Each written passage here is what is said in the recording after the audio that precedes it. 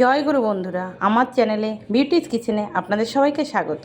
আজকে আমি দেখাবো আপনাদের কলার পাতায় ইলিশ মাছ লতি দিয়ে ভাপা।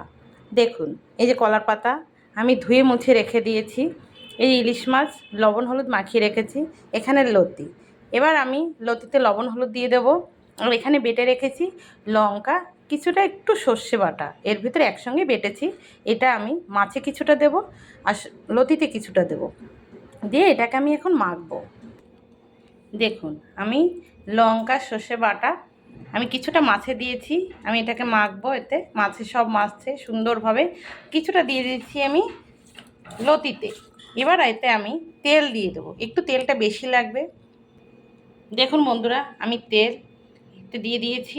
আমি দিয়েছি লতিতেও তেল।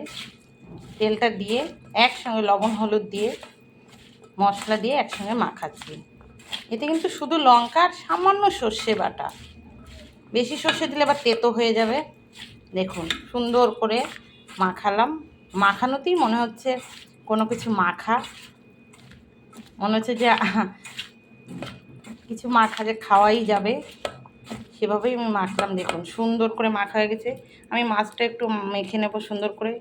দেখুন, তেল দিয়েছি, তেলটা একটু বেশি লাগে যেহেতু পাতায় এটা ভাপা হবে। মাছটা তো পাতাই হবে ভাপা। দেখুন, মাছের সুন্দর করে মাখিয়ে নিলাম। এবার আমি কলা পাতায় তেল দেব। তেল দিয়ে কলা পাতাটাকে আগে মাখাবো, তারপরে আমি পাতায় সুন্দর করে সাজিয়ে দেব। দেখুন বন্ধুরা, আমি কলা পাতায় তেল দিয়ে দিচ্ছি। তেলটাকে সুন্দর করে মাখাবো, সব জায়গায় যেন মেখে যায়, তাহলে নিচে আমার লতি এবং মাছে লেগে যাবে না মাছ কলা পাতায়। দেখুন, পুরো মাখিয়ে দিয়েছি। এবার আমি মাছ এবং লতি সাজিয়ে দেবো। আগে আমি মাঝখানে দিয়ে দেবো লতি, সুন্দর করে লতি দেব। লতিটাকে দেখুন কি সুন্দরভাবে সাজিয়ে দিচ্ছি একদম।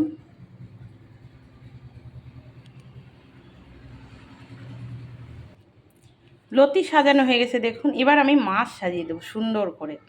দেখুন, একদম দু সাইডে আমি মাছগুলো সুন্দর পাতিয়ে পাতিয়ে দেব। দেখেছেন তো, এভাবে লতিও ভাপা হয়ে যাবে, এদিকে মাছও ভাপা হয়ে যাবে। দেখেছেন তো, সুন্দর করে আমি পাতিয়ে দিয়েছি। এবার আমি কড়াইতে বসিয়ে দেবো এটা। আমি কড়াইতে দেখুন আরেকটা পাতা দিয়ে দিয়েছি।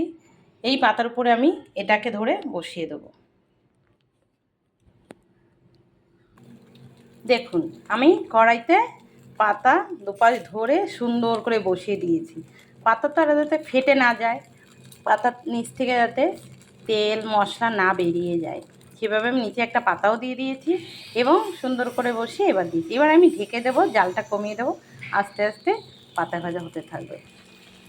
দেখুন বন্ধুরা, মাছের পাতায় দিয়েছিলাম, মাছের এপিঠ ওপিঠটা একদম সুন্দর হয়ে গেছে।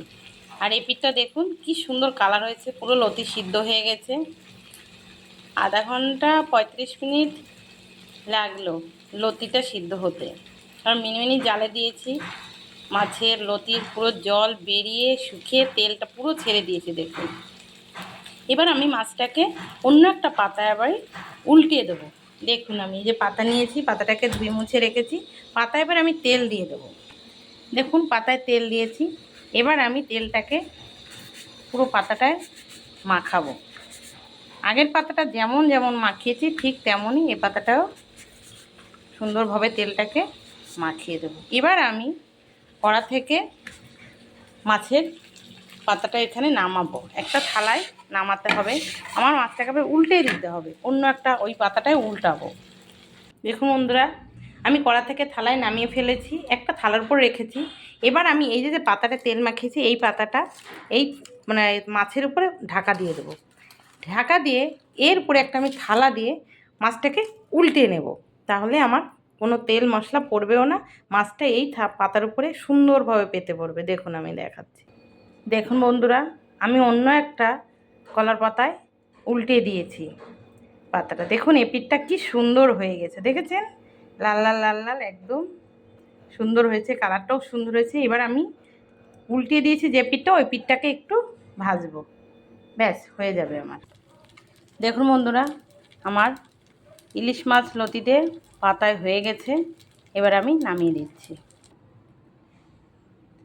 দেখুন বন্ধুরা কি সুন্দর হয়ে গেছে, আমি নামিয়ে দিয়েছি। পাতায় ভাজা ইলিশ মাছ কি সুন্দরভাবে হয়ে গেছে।